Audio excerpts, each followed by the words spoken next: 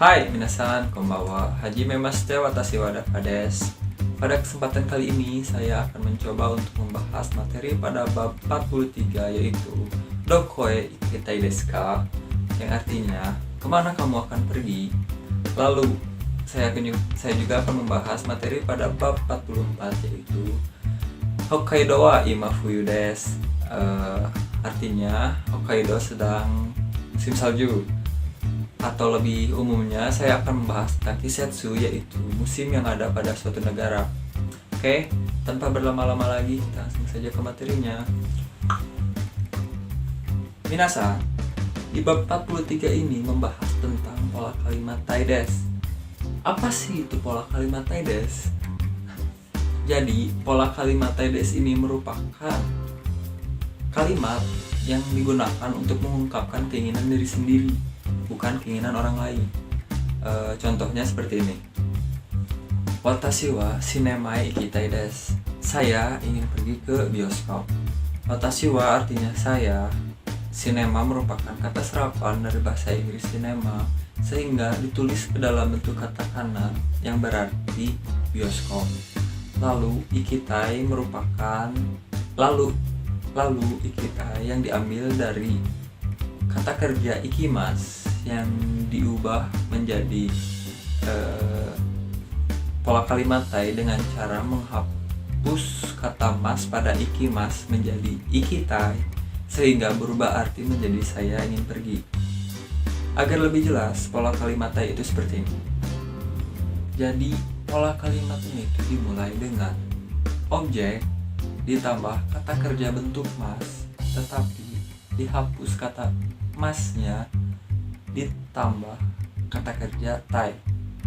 Oke. Contohnya eigao mimasu menjadi eigao mitai desu. Eigao mimasu artinya menonton film. Eigao mitai desu artinya saya ingin menonton film. Oke, contoh lainnya. Safin o shimasu. Safin o shimasu menjadi safin o shitai desu. Safin o shitai desu. Saya ingin surfing. Lalu Jakarta e ikimasu. Jakarta e ikimasu menjadi Jakarta e ikitai desu. Jakarta e ikitai desu. Saya ingin pergi ke Jakarta. Nah, lalu untuk selanjutnya saya akan memperlihatkan contoh percakapan menggunakan pola kalimat tai. Oke. Contohnya. Dafa-san, dokoe ikitai desu ka? Dafa, kamu akan pergi kemana? Sinemae ikitai desu. Aku ingin pergi ke bioskop. Sinema de nani o shitai desu ka? Kamu mau apa ke bioskop? Eiga o mitai desu. Saya ingin menonton film. So ka? Oh begitu. Nah oke, jadi bab 43 sudah selesai dibahas. Bagaimana? Apakah sudah mengerti? Jika sudah, mari kita lanjut ke bab 44. Ikimashou! Hai minasan, seperti yang kalian lihat dari 4 gambar tersebut, itu merupakan musim yang ada di Jepang dan negara subtropis lainnya seperti Australia, bagian selatan, Korea, Tiongkok, dan masih banyak negara lainnya. Negara dengan iklim subtropis ini memiliki 4 musim, yaitu musim dingin, musim gugur, musim semi, dan musim panas. Sedangkan di Indonesia sendiri itu hanya memiliki 2 musim, yaitu musim hujan dan musim kemarau. Karena Indonesia merupakan negara dengan iklim tropis.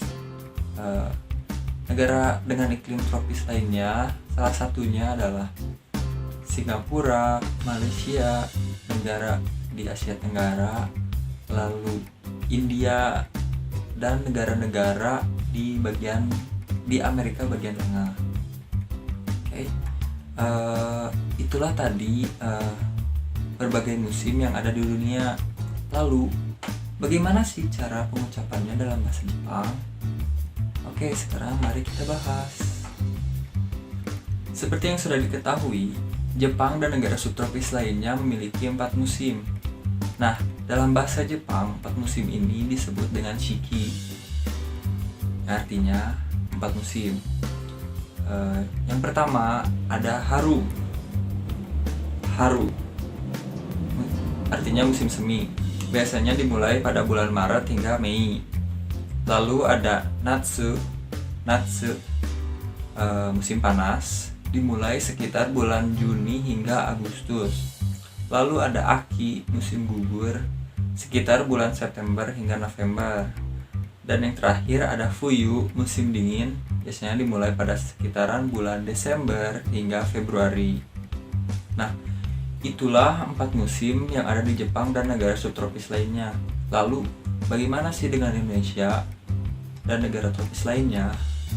Nah, di Indonesia dan negara tropis lainnya hanya memiliki 2 musim, yaitu uki, yaitu musim hujan, biasanya dimulai pada bulan ke-10, yaitu bulan Oktober hingga Februari. Lalu dilanjutkan dengan musim Kanki yang dimulai dari bulan Februari hingga September. Lalu selanjutnya saya akan menjelaskan tentang berbagai macam kondisi udara. Nah, kondisi udara ini terbagi menjadi 4, yaitu yang pertama ada atatakai. Atatakai ini artinya hangat, sedangkan atsui ini artinya panas. Nah, selanjutnya ada suzushi yang artinya segar. Lalu yang terakhir ada samui yang artinya dingin. Oke. Lalu selanjutnya ada cuaca. Nah, cuaca juga terbagi menjadi 4. Yang pertama ada harete imas, yang artinya cerah. Harete imas, cerah. Lalu kumotte imas, itu mendung. Lalu ada amega futte imas. Amega futte imas yang artinya hujan atau badai. Lalu yang keempat ada yuki ga futte imas, yang artinya salju. Nah, setelah tahu berbagai macam musim, kondisi udara, dan cuaca, sekarang tinggal menyatakannya ke dalam sebuah kalimat. Contohnya seperti ini. Yang pertama ini pola kalimat yang digunakan untuk menyatakan musim. Dimulai dengan keterangan tempat wa ima, keterangan musim des. Oke lah. Tempat wa ima musim des. Biar gak pusing, contohnya seperti ini. Nihon wa ima fuyu des. Nihon wa ima fuyu des. Di Jepang sekarang sedang musim dingin. Atau contoh lainnya, Indonesia wa ima kanki des. Indonesia wa ima kanki des. Di Indonesia sekarang sedang musim kemarau. Lalu selanjutnya pola kalimat untuk menyatakan kondisi udara atau cuaca. Kalau ini pola kalimatnya sama, dimulai dengan tempat wa, lalu ditambah kondisi udara ataupun cuaca. Contohnya, Jakarta wa atsui desu. Jakarta wa atsui desu. Di Jakarta udaranya panas. Di Jakarta udaranya panas. Atau enggak, Bandung wa samui desu. Bandung wa samui desu. Di Bandung udaranya dingin. Lalu contoh kalimat yang menyatakan cuaca di suatu daerah. Jakarta wa harete imas. Jakarta wa harete imas. Di Jakarta sedang cerah. Lalu Bandung wa kumote imas. Bandung wa kumote imas. Di Bandung sedang mendung. Di Bandung sedang mendung. Lalu yang terakhir, contoh terakhir, Tokyo wa yuki ga futte imas. Tokyo wa yuki ga futte imas. Di Jepang sedang turun salju. Nah, bab 44 sudah selesai dibahas nih. Semoga mudah dipahami ya. Tapi jangan kemana-mana dulu, karena masih ada sesuatu nih yang menarik untuk dibahas. Kalian tahu nggak apa ini? Ya, ini adalah onigiri. Apa sih onigiri itu? Jadi onigiri itu adalah nasi kepal yang merupakan makanan khas Jepang. Biasanya di dalam onigiri ini berisi umeboshi atau acar buah ume, lalu ada yang berisi telur ikan dan mayones. Nah, nasi kepal ini biasanya dibalut dengan nori atau rumput laut. Oke, kita langsung saja ke cara membukanya ya. Jadi, yang pertama itu buka dulu segel dari bagian depan hingga ke belakang. Lalu buka dari sisi sebelah kanan.